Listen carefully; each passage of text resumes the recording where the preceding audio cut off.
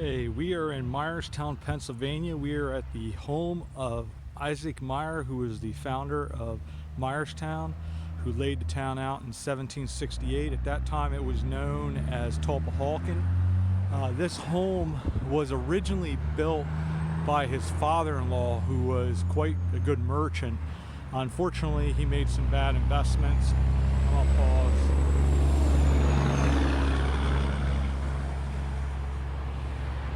He made some bad investments and had some things that just went south on him, and unfortunately he had his debts called in, and Isaac Meyer, his son-in-law, eventually bought this place, and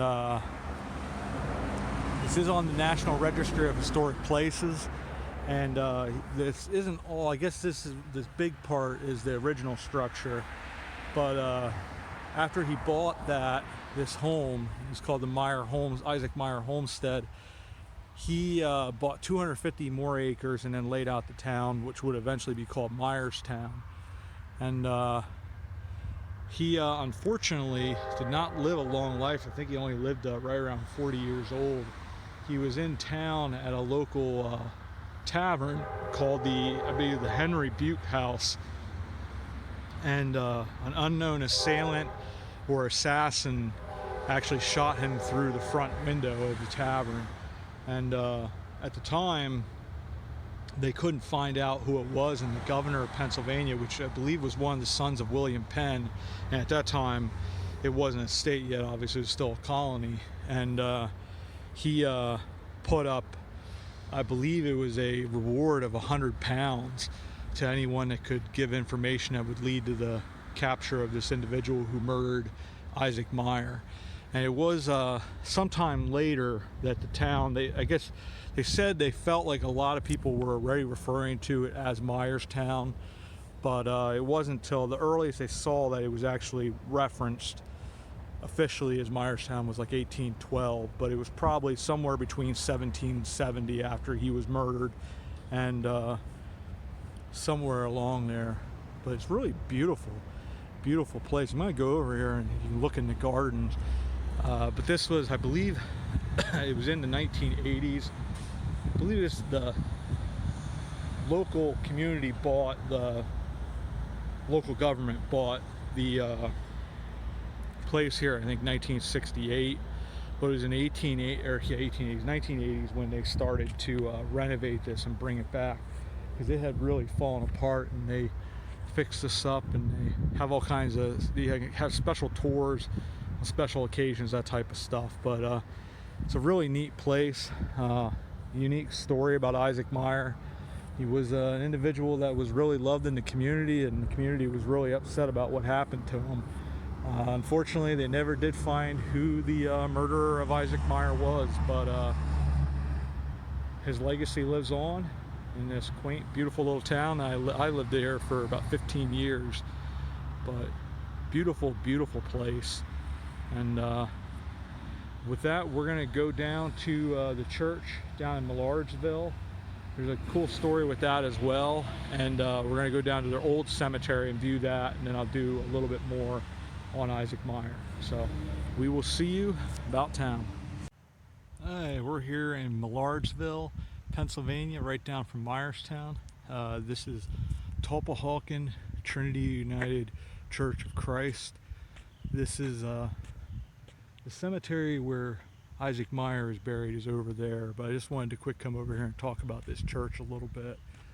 It is quite old. But there's a history to it. There's actually a gentleman and his family from, I believe they're from Philadelphia, actually donated the land for this church. It's a Casper Wistar.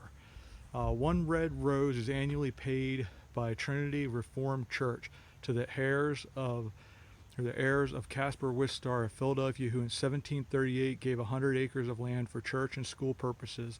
The congregation was formed by Reformed families among the Tulpehocken settlers. The first communion service was conducted by Reverend John Philip Boehm in 1727, and this that was marked in 1730. And this building is on the National Registry of Historic Places. So we're going to quick go over to the cemetery And then we're going to see if we can find Isaac Meyer's tombstone. So we'll just sort of go through the cemetery. He does have a flat stone. Actually, another bit of history as well. I think Teddy Roosevelt actually gave a dozen roses back when he was president. He came here and gave it to the heirs. I'm not exactly sure why he did that, but they were pretty influential people, and it was a really kind thing of him to do that, to donate the land for the church and the school for the Tulpehocken community. But I believe, I'm not sure if this is I don't believe this is the original structure. I believe, a lot of those places, they were log structure to begin with and burnt down at some point, or just fell into the amount of disrepair because they did say there at the front of the church that it was reconstructed in 1894. So, it's normally you don't have buildings that are around that, like 1727.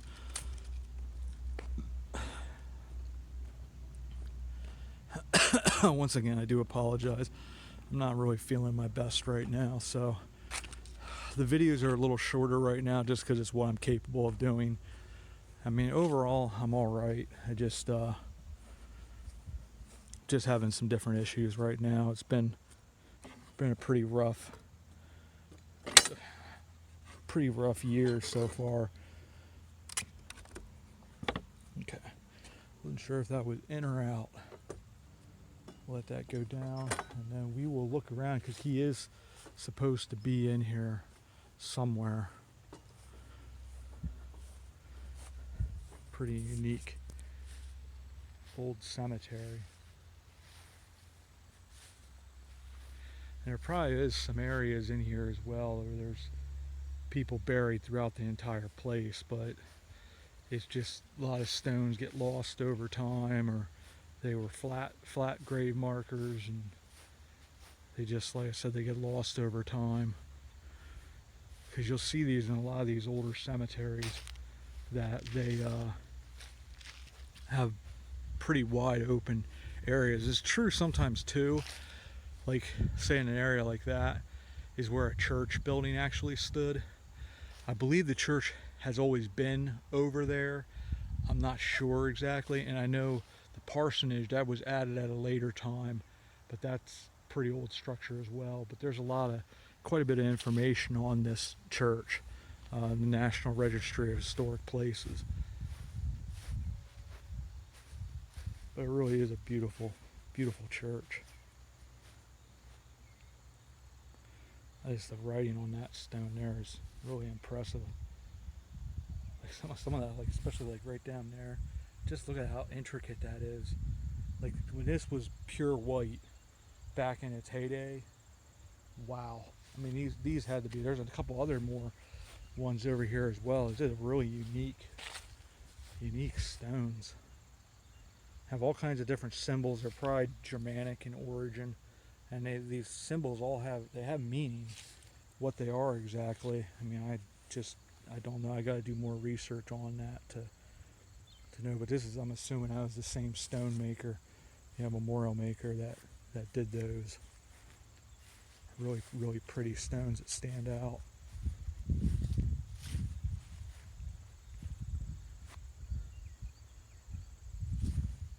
And if I did my research right, this is where they said he's buried. And I looked at Find a Grave, and the marker's supposed to be flat, I believe. So I'm hoping that's correct. I'm hoping maybe even this is it right over here.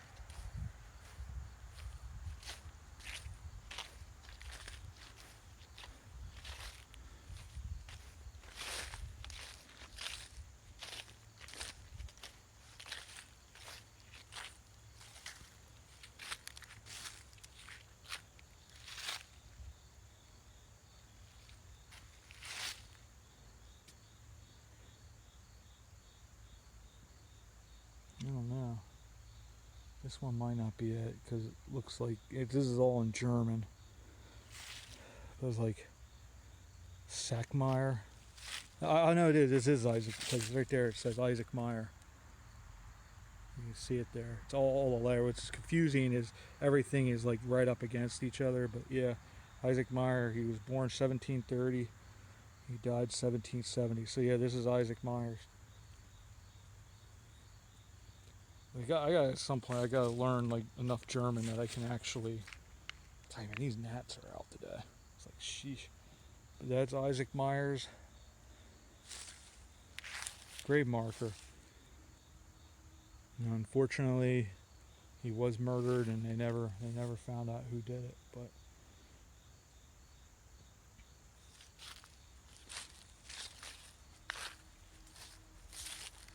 let's check out a couple more of this area here, these different stones. I think there's some pretty neat. I'm not sure if Cliff is the one that told me that there's some stones here that has some pretty neat,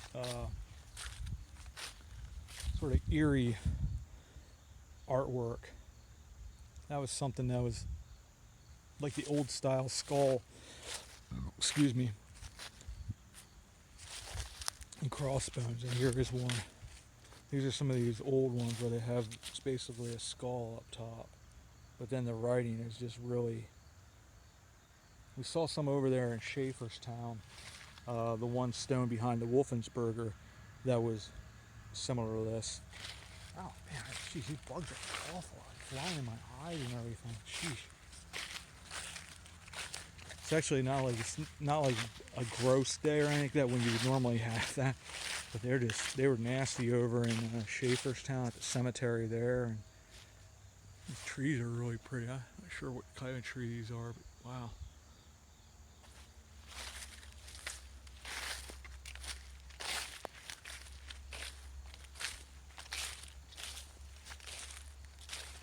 And just really unique, very, very old stones. These are probably, a lot of them are the earliest settlers in the area at that time. This Myerstown was called Tulpehocken. Now we're down in a town that's called Millardsville.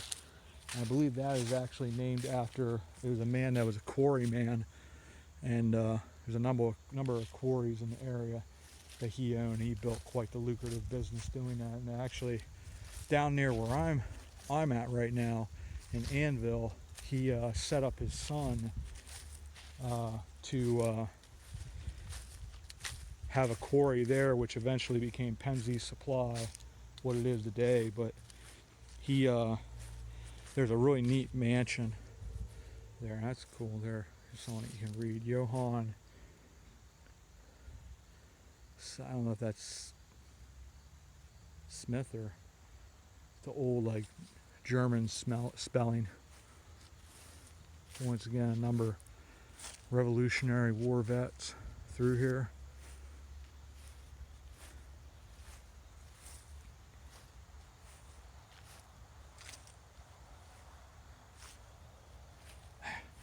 I think I'm going to be done here shortly because I'm getting tired. I don't like bugs in my hair. It's like flying in my eyes right now. This is not fun.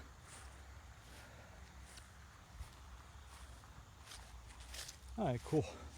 Well, with that, we're going to end the video there. This is about the Isaac Meyer Homestead and Isaac Meyer, and then talking a little bit about Tulpehocken Reformed Church here and their history with the Casper Wister family. And they do that every single year. They deliver them, I believe it's one white rose. And like I said, that one year, Teddy Roosevelt, for some reason, he delivered a whole dozen, I think. So I'm sure there's a history to it. It's probably something to do with, the time period, like it had hit the 150th anniversary or something like that. So that was probably what played the role there. But I'll have to look up more on that, and then at some point do a little more intricate of a video on this stuff. It's just today I'm sort of trying to get stuff done, get some content out there. I'm just not feeling that great today. So thanks everybody. We will see you about town. So I wanted to give a little bit more information about this church, the Tulpehocken Reformed Church. It's a UCC now. I had said about it being a red rose, and it was a red rose until I believe 1902, and then it became a white rose. And at one point, Teddy Roosevelt actually presented 157 roses to Delwyn Wister here. So what the significance of that is, I'm really not sure, but I wanted to add that. Thanks, everybody. Hello once again. There were a couple things I wanted to add in to this video because I had found a couple more things out of interest. One is the homestead here was originally owned by his father-in-law, which I did mention, and his father-in-law lost this homestead, I believe it was in 1750. He actually owed quite a bit of money to the Wister family, who were the ones that donated the land for Tulpehocken Reformed Church. He made some bad investments and some other things led to it, but they eventually called in the debts because he was no longer able to make them. And in 1757, Isaac Meyer was able to buy the homestead back. He also bought about 250 acres of land. One of the interesting things, sad things that I found out as well, is Isaac Meyer was actually a slave owner, slaves of African descent. There were apparently a couple other plantations right in this local area, Myerstown, that also owned slaves.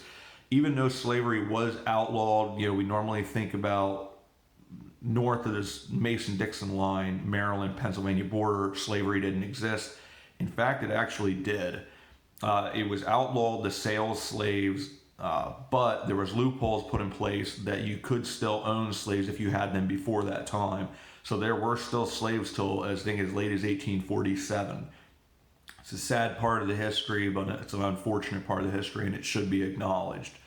Whatever happened to those slaves, where they're buried, I don't know. I mean, Isaac Meyer, after he was killed, nothing's really stated on what happened in that regard. But we will be going next. I made another short bit on the Tulpehocken Reformed Church. I do talk about Teddy Roosevelt and the roses and that type of stuff. So thanks, everybody.